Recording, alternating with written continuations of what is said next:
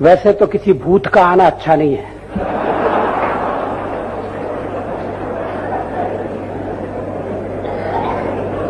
हम वर्तमान में रहते हैं, हमें भविष्य की ओर देखना है। विज्ञान और टेक्नोलॉजी की सहायता से मनुष्य ने भौतिक सुख सुविधाओं से युक्त संसार का निर्माण करने में सफलता पाई है। लेकिन क्या भौतिक समृद्धि में सुख है, या सुख की खोज अपने भीतर करना पड़ेगी? पैसे से दवा खरीदी जा सकती है, स्वास्थ्य नहीं खरीदा जा सकता। पूंजी से वैभव और विलास के साधन उपलब्ध कराए जा सकते हैं, लेकिन अगर मन में पीड़ा है, अंतःकरण में बेचैनी है, तो कुबेर की संपत्ति भी मनुष्य को सुख का, संतोष का अनुभव नहीं दे सकती।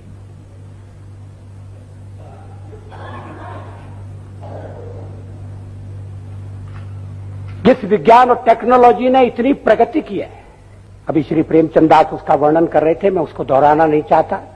अब टेलीग्राम का जमाना नहीं है, टेलीफोन का जमाना है। हम कुछ ही दिनों में विश्व की परिक्रमा कर सकते हैं। हमने स्मॉल पॉक्स को जीत लिया है, ट्यूबरकुलोसिस पर विजय प्राप्त की है। मनुष्य ने चंद्रमा पर अपने चरण चिन्ह अंकित कर दिए हैं। लेकिन मनुष्य चंद्रमा तक पहुंच गया है, इस धरती पर उसको किस तरह से जिंदा रहना चाहिए ये नहीं सीख पाया है।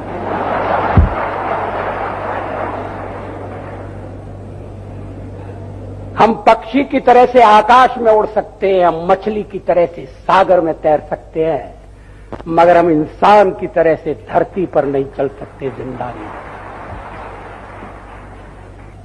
ये शिक्षा कहां मिलेगी, ये संस्कार कहां प्राप्त होगा? विज्ञान अगर जीवन को सुखमय बना सकता है तो विज्ञान एटम बम का निर्माण भी कर सकता है, और अगर वो एटम बम गलत राजनीतिक नेता के हाथ में पड़ जाएगा तो विनाश भी कर सकता है। और आज तो संसार अण्वस्त्रों के ढेर पर बैठा है। कभी कभी मैं सोचता हूं कि हम अच्छी दुनिया की कल्पना करें, बेटर वर्ल्ड, या ये चिंता करें कि ये दुनिया बचेगी कि नहीं बचेगी। प्रश्न ये, विज्ञान का उपयोग कैसा होता है? आग से खाना भी पकाया जा सकता है, आग से घर को भी जलाया जा सकता है। अब हमारी बुद्धि निर्माण की बुद्धि हो, विनाश की नहीं। और ये थीम है आज का, the approach should be creative not destructive, it should be positive not negative. मगर ये सीख कहां से मिलेगी, ये शिक्षा कहां से मिलेगी? इसके लिए माउंट आबू आना पड़ेगा। वैसे तो किसी भूत का आना अच्छा नहीं है।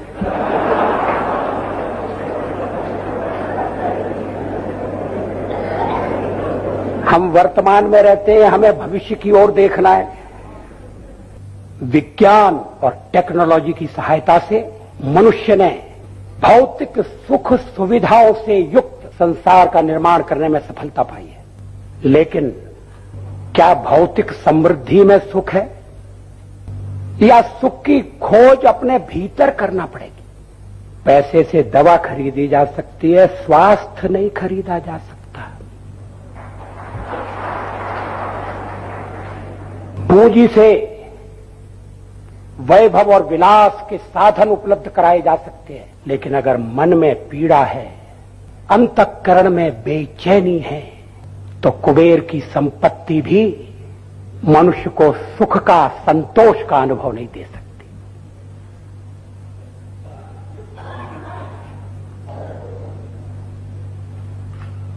जिस विज्ञान और टेक्नोलॉजी ने इतनी प्रगति की है, अभी श्री प्रेमचंद दास उसका वर्णन कर रहे थे, मैं उसको दोहराना नहीं चाहता। अब टेलीग्राम का जमाना नहीं है, टेलीफोन का जमाना है। हम कुछ ही दिनों में विश्व की परिक्रमा कर सकते हैं। हमने स्मॉल पॉक्स को जीत लिया है, ट्यूबरकुलोसिस पर विजय प्राप्त की है। मनुष्य ने चंद्रमा पर अपने चरण चिन्ह अंकित कर दिए हैं। लेकिन मनुष्य चंद्रमा तक पहुंच गया है, इस धरती पर उसको किस तरह से जिंदा रहना चाहिए ये नहीं सीख पाया है।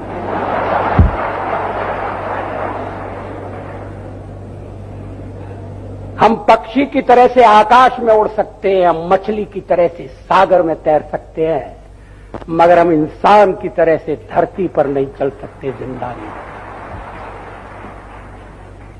ये शिक्षा कहां मिलेगी, ये संस्कार कहां प्राप्त होगा?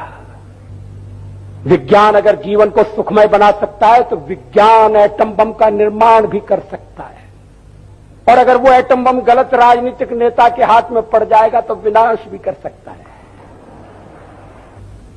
और आज तो संसार अण्वस्त्रों के ढेर पर बैठा है। कभी कभी मैं सोचता हूं कि हम अच्छी दुनिया की कल्पना करें, बेटर वर्ल्ड, या ये चिंता करें कि ये दुनिया बचेगी कि नहीं बचेगी। प्रश्न ये, विज्ञान का उपयोग कैसा होता है? आग से खाना भी पकाया जा सकता है, आग से घर को भी जलाया जा सकता है।